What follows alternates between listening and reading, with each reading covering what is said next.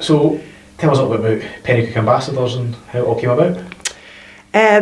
So at the beginning of COVID in March last year, there was a couple of groups that had already started doing work in the community. There was Penicuik Helping Hands, and Shona Hardy had a group as well. But because the council were unable to respond as quickly as they wanted to, because a lot of their staff were furloughed or they were shielding, there was a message went out to the community to see if there was any groups that had a bank account that they could actually work with to make sure that the operation was funded.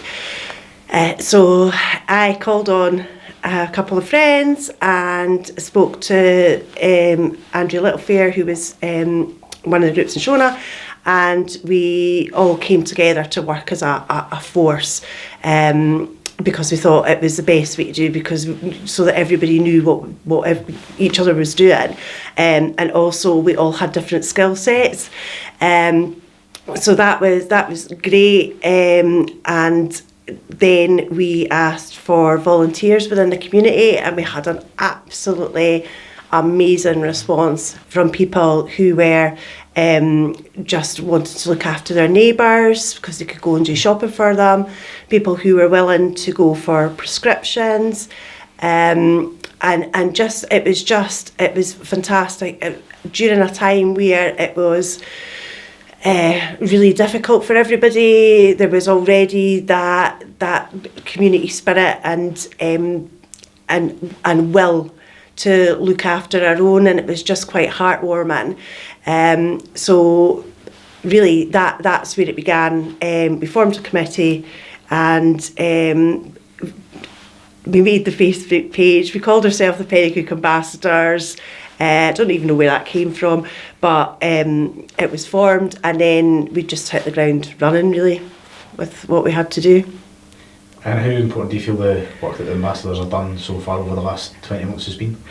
I am massively proud of the work that they've done. I think that there's such a passionate group of people who have helped everybody and anybody. The phones used to go non-stop. We had a couple of phones, and the relationships that the ambassadors had with the people that were calling made them feel like they could ask.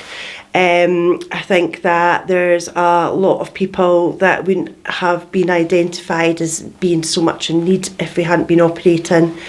The fact that we grew arms and legs and started up the activity centre, with great thanks to St James the Less Church, we were able to go up there, and we started to promote recycling. People couldn't go to the shops, they couldn't buy toys, they couldn't buy books, they couldn't go to libraries.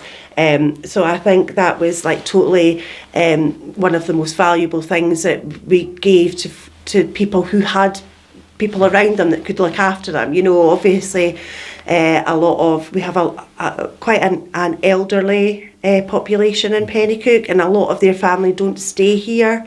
So, you know, they brought to the table, you know, the shopping, they were more shielding, etc. But the families who could go out and shop couldn't get what they needed when they were at the shops because everything was shut down. So, you know, I myself will always look back on this time, and I've said it many a time before, that although it's been the worst time, it has also been one of the best times, and partnerships have been formed right, left and centre. So we're here talking to you today, which is fantastic, but a lot of us are on Penicuik Community and District Council. We're running the community events page. We're obviously operating partial elements of Sweet Dignity Clothing Library. So the partnerships that we have are now firmly in place, and that work will just continue as long as it's needed.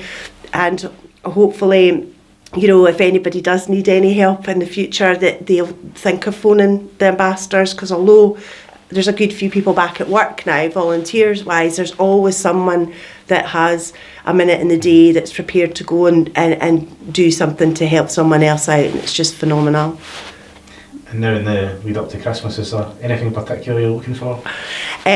So Christmas is always a big part of the calendar anyway, when you work with the council and places like Street Dignity.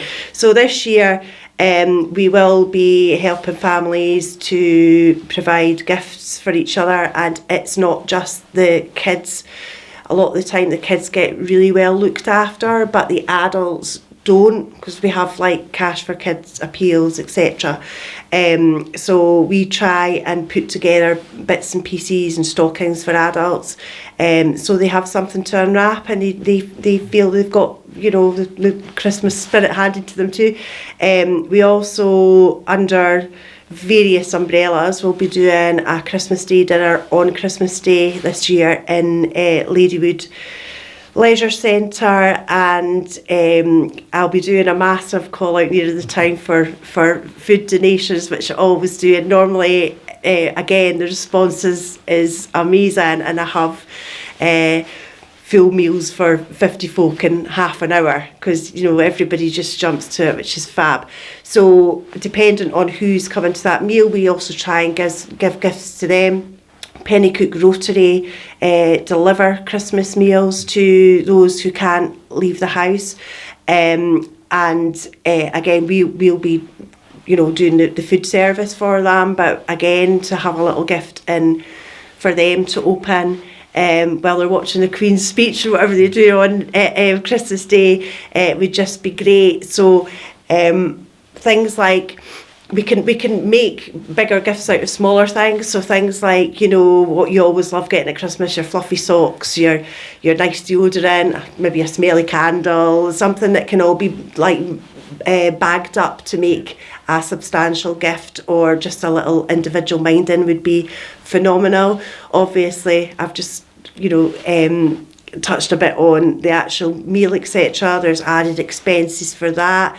If we continue to operate the HQ in the precinct, which we intend to do, although we may change direction in what we're actually offering from that once we're back in the town hall with Street Dignity, but we have utility bills to pay, etc. for that. So anything cash wise would definitely not go amiss in helping us out, because we do rely on funding and donations from just generous people in our community at the moment to actually maintain our presence. So, you know, but just sweeties, lecture boxes, anything, you know, anything that anybody thinks, you know, I would love to get that, or that's my favourite thing that I get at Christmas. Oh, I don't know how anybody could wake up Christmas Day without a Terry's chocolate orange. That kind of thing would just be great. But just even giving us an opportunity to you know, be amongst you on Saturday is fab for us, and it's going to give us a nice day out, because we've not really done much else in the past few months. So yeah, just whatever, be fab. And you mentioned also you're coming along on Saturday for a game against Blackburn. Oh, I'm not playing, am I? No. I'm the goalie. I've been called a goalie before, but I'm not. No, I'm in retirement. No, yeah. So what was it you'd like to see from the Penicuik fans in terms of helping you for Saturday? Any of what I've just mentioned would be fantastic. If they want to, you know, drop something off to us on Saturday, or if you know, they can't on Saturday, if they want to drop anything off at the HQ up the street, would be fab. We'll bring, you know, something to collect any loose change with us on Saturday, and if anybody's got anything they can drop into the pot, that would be fab as well.